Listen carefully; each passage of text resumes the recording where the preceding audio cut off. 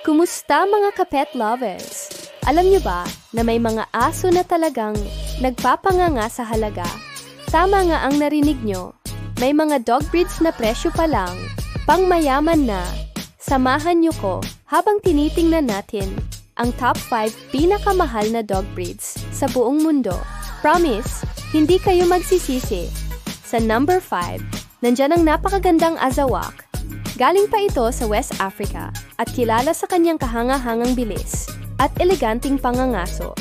Isipin nyo na lang, $3,000 hanggang $9,500 ang halaga nito. Grabe diba? Paakyat tayo sa number 4, ang majestic na Tibetan Mastiff. Itong gentle giant na to, dating bantay ng mga monasteryo sa Tibet. Sa laki at rare bloodline nito, hindi nakakagulat na umaabot sa $7,000 hanggang $20,000 ang presyo. Sa ikatlong pwesto, nandyan ang paborito ng marami, ang Chow Chow. Kilala bilang Lion Dog of China. Hindi lang sila cute, matalino pa.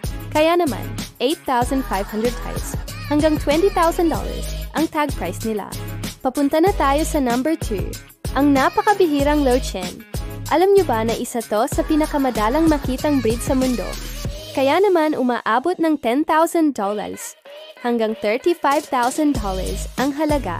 At sa pinaka-inaabangan, ang number 1, ang napakagandang Samoyed.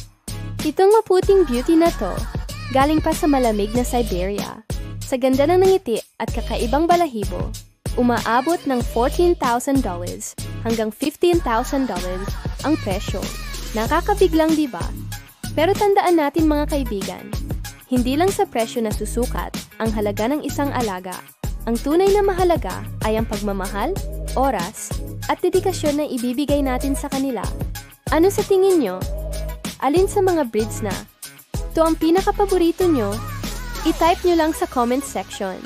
At kung nagustuhan nyo ang video na to, huwag kalimutang mag-like, mag-subscribe, at pindutin ang notification bell para updated kayo sa susunod naming mga videos. Salamat sa panunood at hanggang sa muli.